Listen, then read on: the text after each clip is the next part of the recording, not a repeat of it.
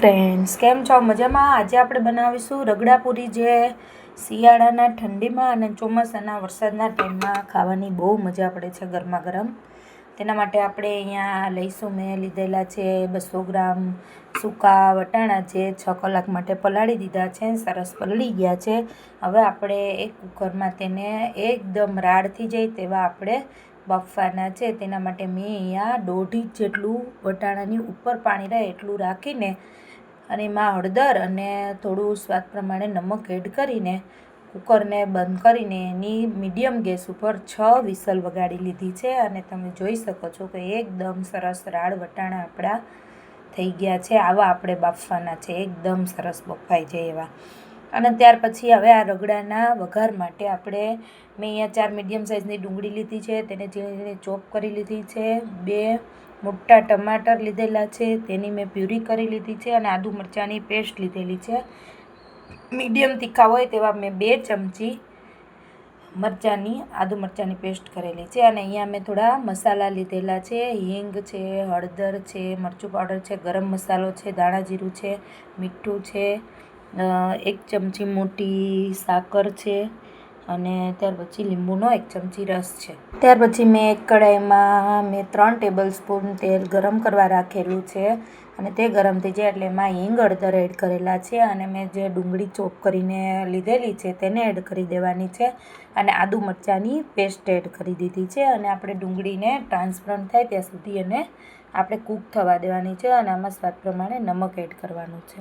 ડુંગળી આપણી થોડી વાર પછી કૂક થઈ જાય એટલે આપણે ટમેટાની જે પ્યુરી લીધેલી છે તેને આપણે આની અંદર એડ કરી દેવાની છે. અને હવે આને બી આપણે સરસ એકદમ આમાં કૂક થવા દેવાની છે 1 મિનિટ માટે. અને 1 મિનિટ આપણી કૂક થાય ત્યાર પછી આપણે જે મસાલા અહીંયા લીધેલા છે, મરચું પાવડર છે, ધાણા જીરું પાવડર છે, ગરમ મસાલો છે, તેને આપણે બધા એડ કરીને આની અંદર આપણે મિક્સ કરવાનું છે. મીઠું છે, સાકર છે, તેને આપણે બધું એડ કરી દેવાનું છે આની અંદર. અને ત્યાર પછી આપણે આને કૂક થવા દેવાનું છે થોડી વાર માટે. હવે તમે જોઈ શકો છો કે આપણા મસાલા સરસ થોડી વાર પછી કૂક થઈ ગયા છે અને આપણું તેલ સરસ આમાંથી છૂટું પડી ગયું છે. હવે આપણે આમાં પાણી એડ કરવાનું છે, અંદાજે 1 ગ્લાસ જેટલું પાણી આમાં એડ થઈ જાય એટલે આની અંદર આપણે મિક્સ કરી દેવાનું છે. અને થોડી વાર આ પાણીને આપણે આની અંદર ઉકળવા દેવાનું છે એટલે બધા મસાલા આપણા મિક્સ થઈ જાય. અને ત્યાર પછી આમાં મેં 1 ચમચી લીંબુનો રસ લીધો છે, તેને એડ કરી દીધો છે અને મિક્સ કરી દીધો છે આ ગ્રેવીમાં. અને ત્યાર પછી આપણે જે બાફેલા વટાણા લીધેલા છે તેને આની અંદર એડ કરી દેવાના છે. અને થોડી વાર માટે આને આપણે મિક્સ કરીને બધા વટાણાને કૂક થવા દેવાના છે ઢાંકણ બંધ કરીને. અને થોડી વાર થઈ ગઈ છે. હવે તમે જોઈ શકો છો કે આપણો આ રગડો બનીને સરસ રેડી થઈ ગયો છે. અને ત્યારે હવે આપણે આના માટે પેટીસ બનાવશું. તો પેટીસ બનાવવા માટે મેં અહીંયા 300 ગ્રામ બટાકાની 3 વિસલ વગાડીને બાફી લીધા છે. અને ત્યાર પછી મેં એને આ રીતે મેશ કરી લીધેલા છે. અને આમાં મેં 3 મોટી ચમચી પૌવા લીધેલા છે, જે પલાળીને એકદમ કોરા થઈ ગયા તે લીધેલા છે. 1 મોટી ચમચી બ્રેડ ક્રમ્સ લીધેલો છે અને 1 આદુ મરચાંની પેસ્ટ લીધેલી છે. ત્યાર પછી મેં અહીંયા 1 ચમચી નમક, સાકર, લીંબુનો રસ, મરી પાવડર અને ધાણા જીરું પાવડર લીધેલા છે. અને તે આ બધા આપણે બાફેલા બટાકા જે લીધેલા છે તેની અંદર આપણે બધા મસાલાને એડ કરી લેવાના છે. અને પેટીસ માટે આપણે આને મિક્સ કરીને આપણું બટાકાનો મસાલો બનાવીને રેડી કરી લેવાનો છે. અને તમે જોઈ શકો છો કે આ રીતે સરસ ડ્રાય રહે મસાલો, એના માટે આપણે જે પૌવા અને બ્રેડ ક્રમ્સ લીધેલા છે તે એડ કરવાથી આ સરસ આપણી પેટીસ એકદમ ઢીલી સેજાઈ નહીં રહે અને સરસ આપણી રેડી થઈ જશે. હવે ત્યાર પછી આ રીતે આપણે બધી પેટીસ બનાવી લેવાની છે. અને એક ફ્રાય પેનમાં મેં અહીંયા ગરમ કરવા રાખી દીધું છે તેલ, તેમાં આપણે સેલો ફ્રાય કરીશું આને. અહીંયા મેં બધી પેટીસ જે છે એને મેં અહીંયા ફ્રાય કરવા રાખી દીધી છે, તમે જોઈ શકો છો.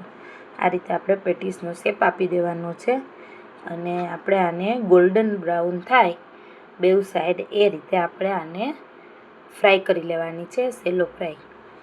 તમે આમાં જોઈ શકો છો કે આ આપણી પેટીસ સેલો ફ્રાય થાય છે. ફ્રેન્ડ્સ, આ રેસીપી મારી તમે જરૂરથી ટ્રાય કરજો. આ રેસીપી બહુ ટેસ્ટી છે અને મારી રીતે બનાવશો આ રગડાનો ટેસ્ટ બી બહુ સરસ આવશે. અને મારી રેસીપી સારી લાગે તો મારી ચેનલને જરૂરથી લાઈક, સબસ્ક્રાઈબ અને શેર કરજો. જો આ રીતે તમારે એક બાજુ ગોલ્ડન બ્રાઉન થાય એટલે બંને બાજુ આ રીતે ગોલ્ડન બ્રાઉન થાય તે રીતે આપણે આ પેટીસને સેલો ફ્રાય કરી લેવાની છે. અને હવે આપણી પેટીસ બનીને અત્યારે અહીંયા રેડી થઈ ગઈ છે, તમે જોઈ શકો છો. અને હવે આપણે આને રગડા પેટીસની પ્લેટ રેડી કરીશું. તો એના માટે મેં અહીંયા એક પ્લેટમાં 2 પેટીસ મૂકેલી છે અને તેની ઉપર મેં આ રગડો સ્પ્રેડ કરેલો છે. હવે એની અંદર મેં 3 ચટણી લીધેલી છે, ગ્રીન, એક લસણવાળું લાલ મરચું, એક ગ્રીન ચટણી અને એક આપણે ખજૂર આંબલીની મીઠી ચટણી. આ ત્રણેય ચટણીની લિંક આ ડિસ્ક્રિપ્શન બોક્સમાં આપેલી છે, તમે ત્યાંથી આ ચટણીની રેસીપી જોઈ શકશો. આ ત્રણેય ચટણી આપણે એડ કરવાની છે. ત્યાર પછી આમાં આપણે ઝીણી સમારેલી ડુંગળી એડ કરવાની છે અને થોડું ટમાટર એડ કરવાનું છે. અને ત્યાર પછી આપણે આની ઉપર થોડા ધાણા એડ કરીને એકદમ નાયલોન જે સેવ આવે છે તેને સ્પ્રેડ કરવાની છે. અને આપણી આ રગડા પેટીની પ્લેટ રેડી થઈ ગઈ છે અને હવે તમે એને સર્વ કરી શકો છો. Thanks for watching my video.